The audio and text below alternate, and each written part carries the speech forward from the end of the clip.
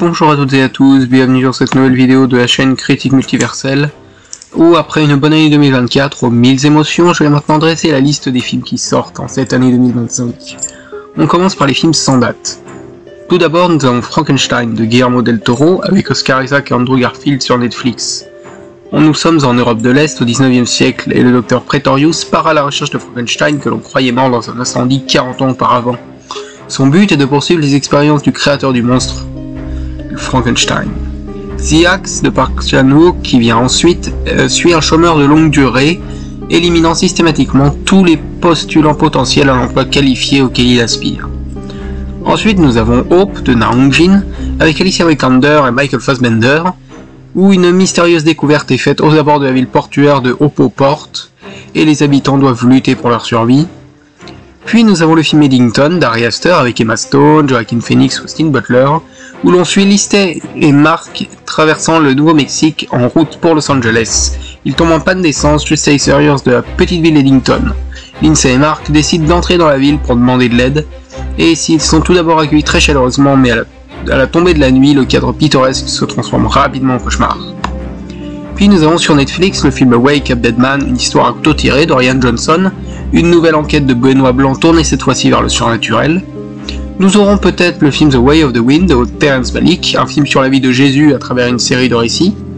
Puis débarquera une de mes grosses attentes, The Immortal Men, le film Peaky Blinders de Tom Harper, un casting composé de Cillian Murphy, Rebecca Ferguson et Barry Keoghan. Un long métrage qui conclut la série consacrée à la famille Shelby aux gangsters de Peaky Blinders. Nous avons ensuite le nouveau long métrage de Gareth Evans, Avoc, porté par Tom Hardy qui voit un flic traumatisé essayer de retrouver le fils d'un politicien et de le protéger dans une ville totalement corrompue.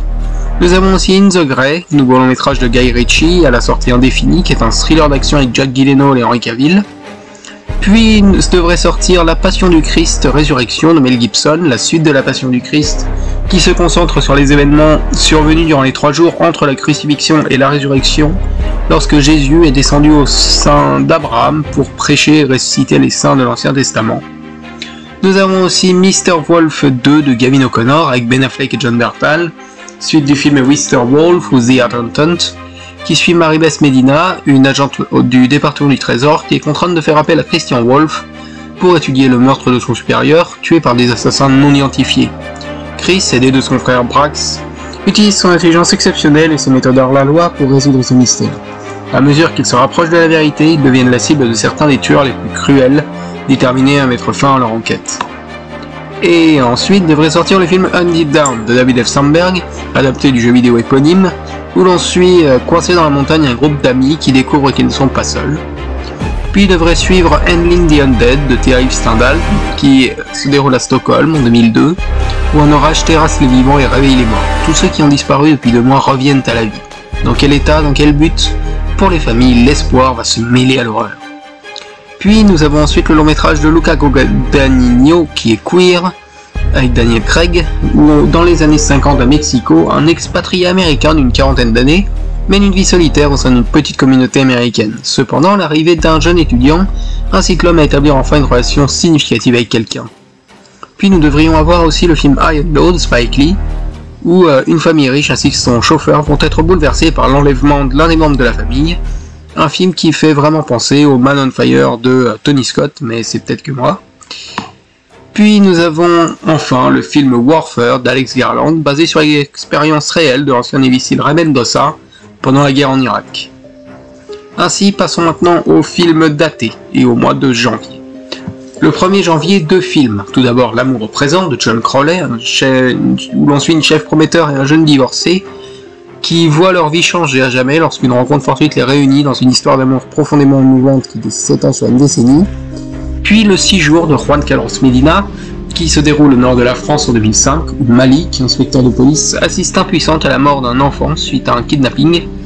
En charge dans l'enquête, il échoue à retrouver le meurtrier. 10 ans plus tard, sans éléments nouveaux, sans trace d'un dangereux criminel qui court toujours, l'affaire s'apprête à être classée définitivement.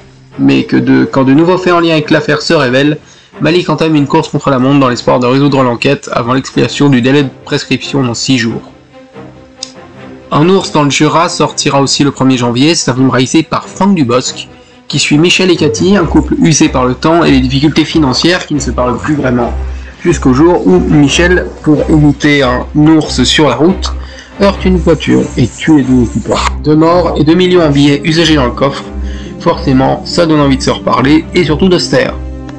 Puis le 15 janvier, nous aurons droit au dossier Maldoror de Fabrice Duvels, qui se déroule en Belgique en 1995, où la disparition inquiétante de 2 jeunes filles bouleverse la population et déclenche une frénésie médiatique sans précédent. Paul Chartier, jeune gendarme idéaliste, rejoint l'opération secrète Maldoror dédiée à la surveillance d'un suspect récidiviste. Confronté au dysfonctionnement du système policier, il se lance seul dans une chasse à l'homme qui le fera sombrer dans l'obsession. Le même jour, nous aurons droit au film Baby Girl de Alina Rein, distribué par A24, où l'on suit, malgré les risques et les préjugés, une PDG très prospère qui entame une liaison illicite avec son stagiaire beaucoup plus jeune. Puis le 22 janvier sortira Vol à haut risque de Mel Gibson, où l'on suit un pilote transportant un dangereux criminel en vue de son procès. Et enfin, pour terminer le mois de janvier, nous aurons Un parfait inconnu de James Mangold qui sort le 29, où Timothée Chalamet incarne Bob Dylan et interprète ses chansons dans le film Un parfait inconnu, qui est la vraie histoire électrique derrière l'avènement de l'un des plus iconiques chanteurs-compositeurs de l'histoire. Au mois de février, nous avons plusieurs films, notamment Paddington au Pérou de Dougal Wilson, qui n'est pas réalisé par le réalisateur des 2 premiers, ce que je trouve dommage, qui sort le 5 février, où l'on suit l'ourson Paddington, retournant au Pérou, dans son pays d'origine, pour rendre visite à sa tante Lucie, dans la maison des ours de retraite. Puis, le même jour, nous aurons droit au film Presence de Steven Soderbergh. Une famille découvre qu'elle n'est pas seule lorsqu'elle emménage dans une nouvelle maison en banlieue. Puis le 12 février, nous aurons un film qui a eu beaucoup de récompenses dans les dernières cérémonies, qui est celui Brutaliste de Brady Corbett. L'histoire sur près de 30 ans d'un architecte juif né en Hongrie, Laszlo Totz, revenu à un camp de concentration qui émigre avec sa femme Erzsébet après la fin de la Seconde Guerre mondiale aux États-Unis pour connaître son propre rêve américain. Le même jour, il se confrontera à Captain America Brave New World de Julius Onah, qui se déroule quelques temps après la série Falcon and the Winter Soldier, où l'on suit Sam Wilson, peu après avoir fait la connaissance du nouveau président des États-Unis, Thaddeus Ross, qui se retrouve plongé au cœur d'un gigantesque accident international. Dans une lutte acharnée contre la montre, il se retrouve contraint de dévoiler la raison de cet infâme complot, avant que le véritable cerveau de l'opération ne mette bien tout le monde entier à feu et à sang. 2 jours plus tard, sortira sur Apple TV+, The Gorge de Scott Derrickson avec Miles Teller et Anya Taylor-Joy, l'histoire de 2 personnes très dangereuses qui, malgré le monde corrompu et meurtrier dans lequel ils évoluent, se découvrent être des âmes sœurs. Puis le 26 février sortira A Real Pain de Jesse Eisenberg, où après leur décès de leur grand-mère, David et Benji, 2 cousins aux personnalités aussi désaccordées que décalées, se rendent en pèlerinage en Pologne pour en apprendre plus sur ses racines. Cependant, leur voyage initiatique aux confins de l'histoire familiale se transformera vite en visite d'un camp de concentration.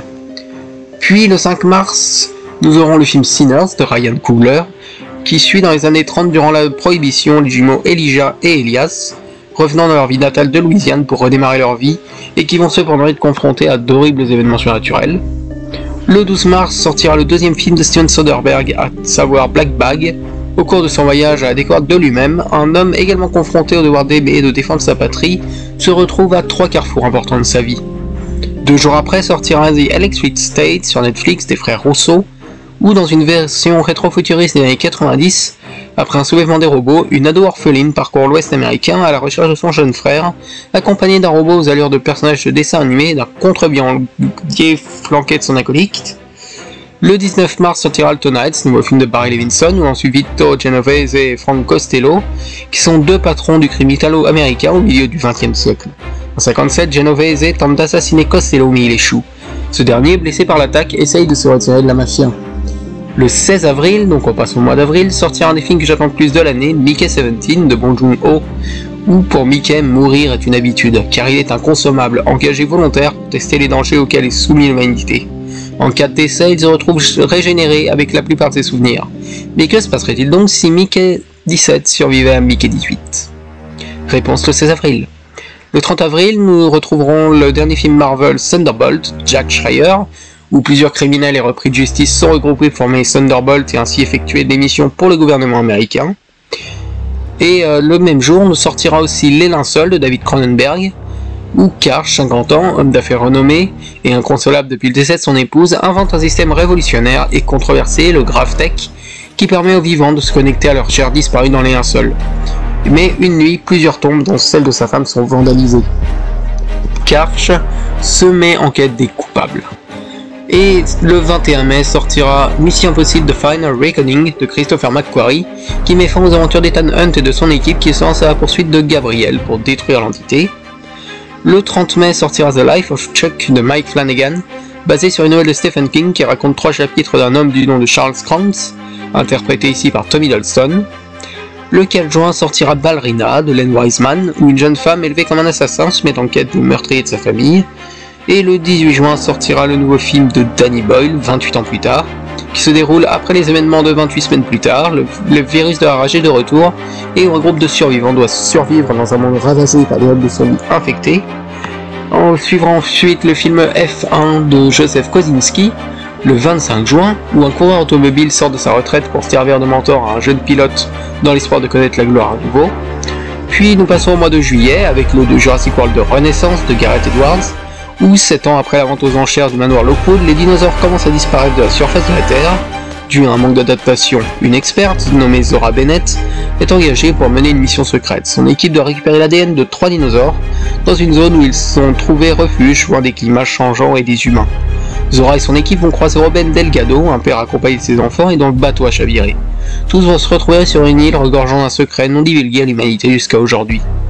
Puis le 9 juillet où sortira Superman de James Gunn, où l'équilibre fragile que doit trouver Clark Kent à Superman entre son origine kryptonienne et sa vie d'humain vont le pousser à affronter diverses menaces et à affronter le monde.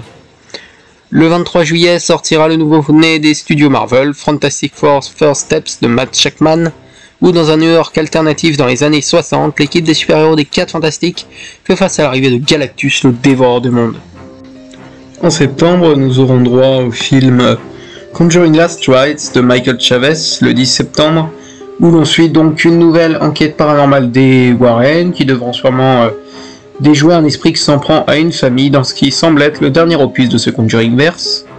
Puis le 15 octobre, nous aurons Chien 51 de Cédric Jiménez, qui se passe à Paris en 2045, où la population de la capitale est surveillée par une intelligence artificielle et nommée Alma, et séparée en 3 zones. Lorsque le créateur est tué, 2 enquêteurs de zones différentes vont s'allier et mettre à jour une grande conspiration. Le 5 novembre sortira le nouveau film de Yorgos Lanthimos intitulé Bugonia, où 2 hommes obsédés par la conspiration kidnappent une grande PDG convaincue qu'elle est un extraterrestre qui a l'intention de détruire la Terre. Ce même 5 novembre sortira le film Predator Badlands, Dan Trachtenberg, nouveau film de la saga Predator se déroulant dans le futur où l'on suivrait 2 sœurs qui devront faire face au Predator. Puis le 12 novembre 2025, nous aurons droit au film Vinland de Paul Thomas Anderson, ce qui se déroule donc à Vinland, une zone d'anarchie baignée dans le nord de la Californie, qui est le dernier refuge des hippies, une culture dévastée par l'épidémie de sobriété, l'économie réganienne et le tube. Ici, dans un 84 orwellien, Zoid Wheeler et sa fille Prairie recherchent la mère de Prairie, perdue de vue depuis longtemps, une radicale des années 60 qui s'est enfuie avec un narcotique. Puis le 19 novembre, nous aurons le nouveau film du génie Edgar Wright, qui est The Running Man, où au premier quart du XXIe siècle, la dictature s'est installée aux États-Unis. La télévision, arme suprême du nouveau pouvoir, règne sans partage sur le peuple. Une chaîne unique diffuse une émission de jeu suivie par des millions de femmes. C'est la grande traque. Ben Richards, un homme qui n'a plus rien à perdre, décide de s'engager dans la compétition mortelle. Pendant 30 jours, il devra fuir les redoutables chasseurs lancés sur sa piste et activement aidé par une population encouragée à la délation. Tous les moyens sont bons pour l'éliminer. Et enfin, pour terminer l'année, le 17 décembre, nous aurons le film Avatar Fire and Ash de James Cameron, la suite des aventures de la famille Sully, qui fait cette fois face aux Terres du Feu et à son peuple belliqueux. C'est donc la fin de cette vidéo sur les films de 2025, merci à tous de l'avoir écouté, et on se retrouve bientôt pour de nouvelles aventures sur Critique Multiverselle.